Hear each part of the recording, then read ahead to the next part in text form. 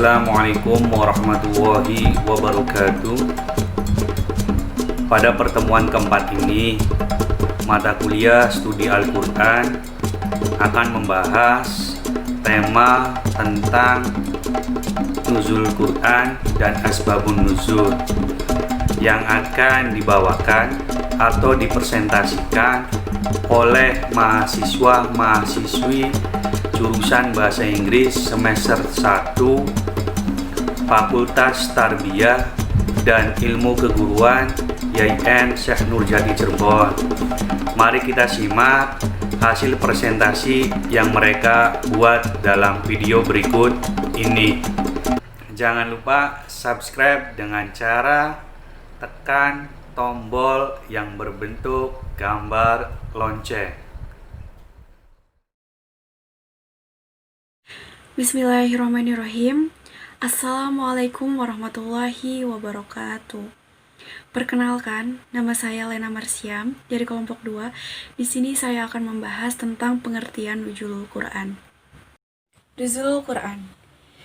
Nuzulul Quran merupakan istilah yang sepertinya sudah tidak asing lagi kita dengar. Karena apa?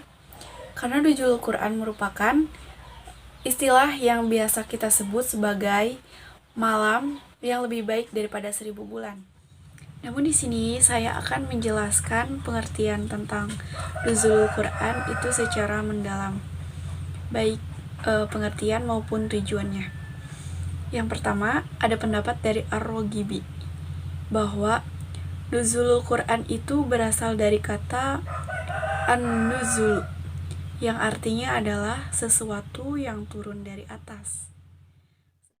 Sedangkan pengertian Al-Quran menurut bahasa, Al-Quran merupakan bentuk masdar dari kata iqra yang artinya adalah bacaan.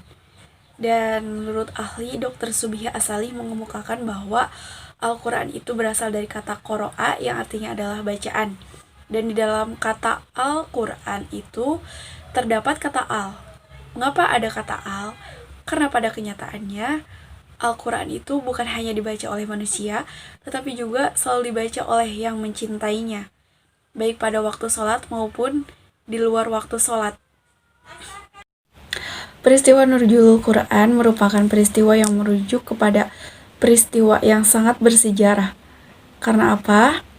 Karena pada malam itu merupakan turunnya wahyu Allah untuk yang pertama kalinya kepada Nabi Muhammad SAW melalui malaikat Jibril, yang mana pada saat itu keadaan Nabi Muhammad itu sedang menyendiri di Gua Hiro, sampai pada akhirnya malaikat Jibril menyampaikan wahyu dari Allah, dan wahyu yang pertama turun itu adalah Quran surat Al-Alaq ayat 1-5.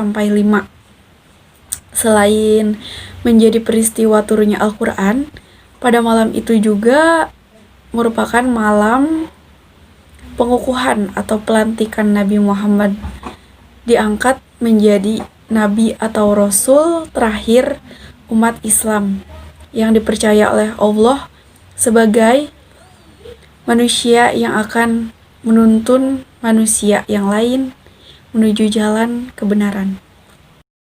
Karena malam itu merupakan malam yang penuh dengan sejarah, yang merupakan peristiwa yang sangat bermanfaat untuk umat Islam dengan turunnya wahyu Allah Subhanahu wa taala yang berupa Al-Qur'an yang merupakan petunjuk bagi seluruh manusia dan seluruh makhluk hidup. Jadi peristiwa itu sampai-sampai disebut-sebut sebagai malam yang lebih baik daripada 1000 bulan. Nah, setelah kita mengetahui pengertian Al-Qur'an, pengertian nuzul Quran, seharusnya kita sadar bahwa Al-Quran itu bukan semata-mata diturunkan sebagai mukjizat ataupun wahyu yang diturunkan kepada Nabi Muhammad SAW saja. Tetapi Al-Quran itu diturunkan sebagai petunjuk bagi seluruh makhluk hidup. Oleh karena itu, seharusnya kita harus lebih semangat untuk belajar, mengkaji, mengamalkan, serta menghafal Al-Quran, karena Al-Quran itu sangat bermanfaat bagi kita semua. Karena apa? Karena tujuan dari nuzul Quran itu sendiri merupakan memberikan petunjuk bagi seluruh makhluk hidup, bukan hanya manusia, agar menuju jalan yang lurus dan benar. Sebagai adanya targhib dan tarhib, agar seluruh makhluk hidup itu bisa melaksanakan syariat Allah Subhanahu wa Ta'ala dengan benar. Jadi kesimpulannya adalah Al-Quran merupakan firman Allah Subhanahu wa Ta'ala yang dituliskan dengan berbahasa Arab, diturunkan kepada Nabi Muhammad SAW, ditulis dalam mushaf dan diturunkan secara mutawatir, diawali dari surat Al-Fatihah dan diakhiri dengan surat An-Nas. Sekian penjelasan dari saya, dan materi selanjutnya akan dibahas oleh teman saya. Sekian dari saya. Terima kasih. Halo, perkenalkan saya Ita Sulistia. Pada kali ini saya akan menerangkan tentang tahapan turunnya Al-Quran. Al-Quran diturunkan secara berangsur-angsur selama 22 tahun, 2 bulan, 22 hari. Atau bisa dibilang selama 23 tahun digenapkan. Al-Quran diturunkan dari Lauhul Mahfuz sampai Baitul Izzah atau langit dunia. Atau bisa dibilang dari Lauhul Mahfuz hingga kepada Rasulullah dan sebagai mukjizat Rasulullah Shallallahu Alaihi Wasallam. Pada tahap pertama ini, Al-Quran berupa kumpulan lengkap yang tidak terpisah-pisah. Wujud Al-Quran di dalam Lauhul Mahfuz adalah dalam suatu cara dan tempat yang tidak diketahui oleh siapapun kecuali oleh Allah Subhanahu Wa Taala.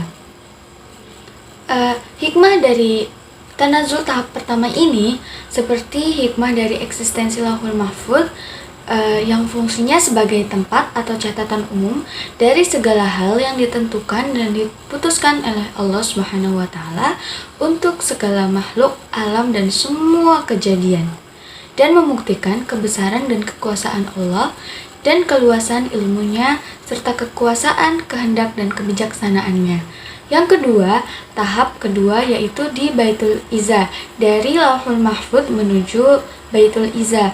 Baitul Izzah ini merupakan langit pertama, yaitu langit yang terdekat dengan bumi. Berdasarkan firman Allah dalam surat Ad-Duhan ayat 3, yang artinya, sesungguhnya kami menurunkan Al-Quran pada suatu malam yang diberkahi. Ayat tersebut menunjukkan bahwa Al-Quran tahap kedua ini dengan cara turunnya yaitu secara sekaligus turun seluruh isi Al-Quran dari Lauhul Mahfuz ke Baitul Izzah sebelum disampaikan ke Rasulullah. Kemudian tahap ketiga, dari Baitul Izzah, dari langit dunia disampaikan langsung kepada Rasulullah melalui malaikat Jibril, ataupun secara langsung ke dalam sanubari Rasulullah SAW. Nah, berikut itu adalah tahapan-tahapan turunnya Al-Quran ke muka bumi hingga ke tangan Rasulullah dan menjadi mukjizat Rasulullah. Materi selanjutnya yang akan saya paparkan yaitu hikmah turunnya Al-Quran secara berangsur-angsur. Al-Quran diturunkan secara berangsur-angsur selama kurun waktu 23 tahun, dimulai sejak Rasulullah SAW mendapat wahyu pertama pada usia 40 tahun dan berakhir di usia 63 tahun ketika beliau meninggal dunia. Al-Quran turun selama 13 tahun ketika Rasulullah berada di Mekah dan selama 10 tahun ketika Rasulullah berada di Madinah. Turunnya Al-Quran secara berjenjang ini bukan tanpa alasan.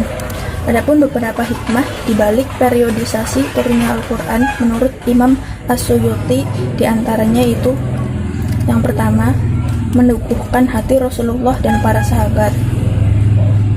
Dakwah Rasulullah pada era Makkiyah penuh dengan tribulasi berupa celaan dan juga cemoohan dari kaum kafir.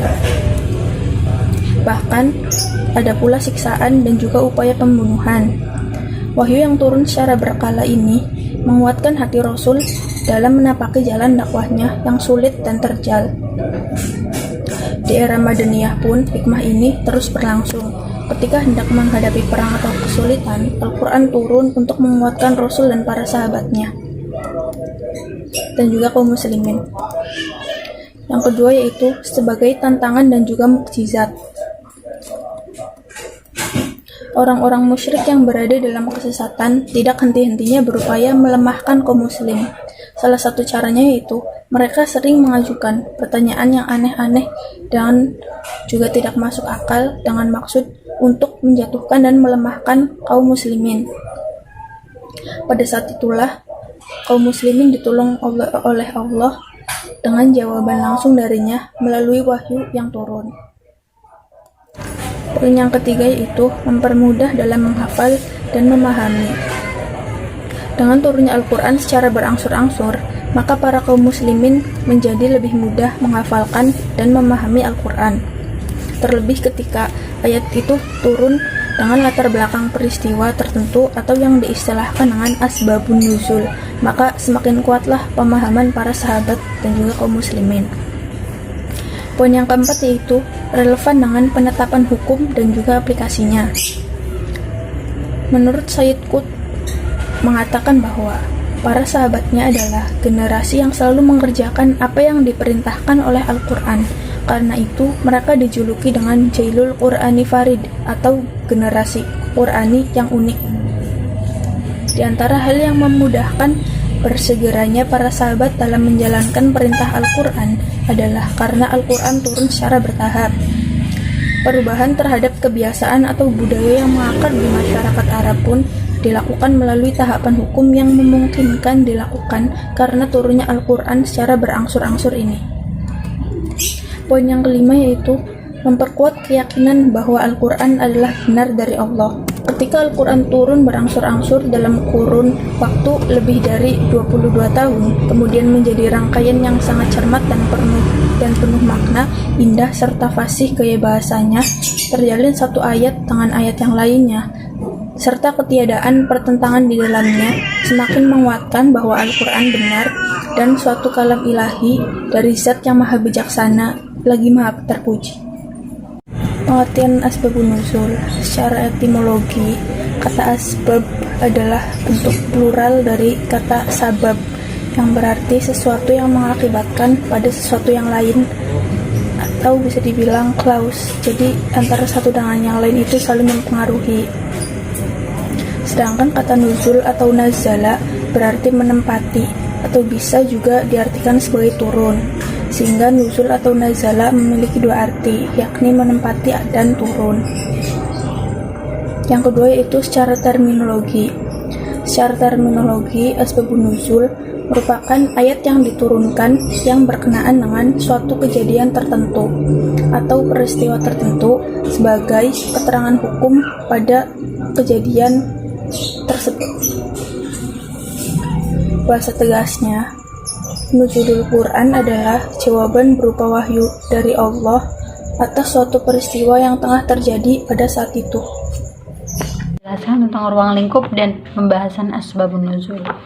Ayat Al-Quran terbagi menjadi dua bagian. Yang pertama, ayat-ayat Al-Quran yang turun tanpa didahului oleh sebab-sebab tertentu berupa peristiwa atau pertanyaan.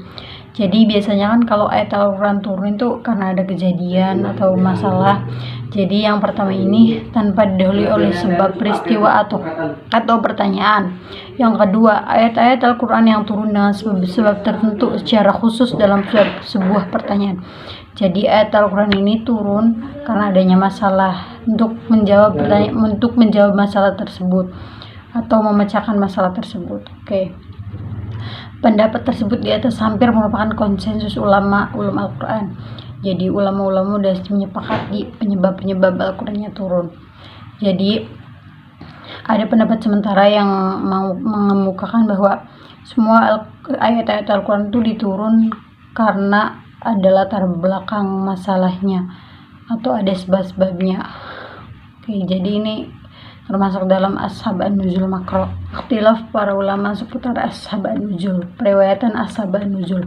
Para ulama sangat menghargai periwayatan para sahabat sebagai periwayatan yang tidak diragukan lagi keberadaannya, dengan alasan bahwa periwayatan mereka dengan mendengar langsung dari Rasul. Jadi para ulama itu sudah sepakat dan mempercayai periwayatannya para sahabat, karena para sahabat itu langsung mendengar dari Rasulullahnya sendiri tanpa dari orang lain. ulama ahli hadis menetapkan bahwa seorang sahabat Nabi yang mengalami masa turunnya wahyu, jika beliau meriwayatkan tentang turunnya suatu ayat ini dan itu, maka periwayatannya termasuk periwayatan hadis marfu'. Sementara itu, apabila seorang tabi'in meriwayatkan hadis tentang asbab nuzul, tidak dapat dipandang sebagai periwayatan yang sahih dan hanya mencapai derajat mursal. Jadi hadis si tabi'in itu diperkuat oleh hadis lainnya yang diriwayatkan salah satu ahli tafsir yang periwayatan dapat dipastikan dari sahabat Nabi. Baik, Selanjutnya saya akan menjelaskan tentang sumber dan peristiwa asbabun nuzul. Asbabun nuzul adalah yang terjadi pada zaman Rasulullah SAW. Oleh karena itu tidak ada jalan lain untuk mengetahuinya selain berdasarkan periwayatan yang benar dari orang-orang yang melihat dan mendengarkan langsung turunnya Al-Quran, serta tidak mungkin dapat diketahui dengan jalur ro'i atau pikiran manusia. Jadi asbabun nuzul tuh nggak bisa ditemukan oleh kita dengan menggunakan pikiran-pikiran kita, jadi kita harus mengetahui sejarahnya. Dalam hal ini Al-Wahidi berkata, tidak boleh memperkatakan tentang sebab-sebab turun Al-Quran, melainkan dengan dasar riwayat dan mendengar dari orang-orang yang menyaksikan ayat itu diturunkan, dengan mengetahui sebab-sebab serta membahas pengertiannya. Jadi di sini sudah jelas, teman-teman bisa baca sendiri. Maka dalam hal ini tidak ada kontradiksi antara riwayat-riwayat itu, sebab maksudnya riwayat tersebut adalah penafsiran dan penjelasan bahwa hal itu termasuk dalam makna ayat dan disimpulkan darinya, bukan menjadi sebab nuzul, kecuali bila ada karinah atau indikasi pada salah satu riwayat bahwa maksudnya adalah penjelasan sebab nuzul. Terima kasih. Assalamualaikum warahmatullahi wabarakatuh. Saya Muhammad Ramdan ingin menyampaikan metode penelitian peranan asbab an-nuzul. Pada penelitian ini, peneliti menggunakan metodologi penelitian kualitatif yang berorientasi pada studi pustaka yang dikenal dengan library research, yaitu yang pertama studi teks kewahyuan, yang kedua pemikiran tokoh, yang ketiga analisis buku teks, dan yang keempat kajian sejarah. Dan saya akan menjelaskan fungsi utama asbab an-nuzul. Di antaranya mengetahui hikmah persyariatan hukum, mengkhususkan hukum, memastikan makna ayat Al-Quran dan menghilangkan keracunan maknanya, memahami dan menetapkan wahyu dalam benak setiap orang yang mendengarnya. Sekian penjelasan dari saya. Baik, cukup sekian video pembahasan tentang materi nuzul Quran dan asbabun nuzul yang telah dipaparkan oleh kelompok 2. Saya selaku perwakilan dari kelompok 2 memohon maaf atas segala kekurangan dalam penjelasan yang telah kami paparkan. Kurang dan lebihnya mohon maaf. Wallahul muwaffiq ila aqwamit thoriq. Wassalamualaikum warahmatullahi wabarakatuh.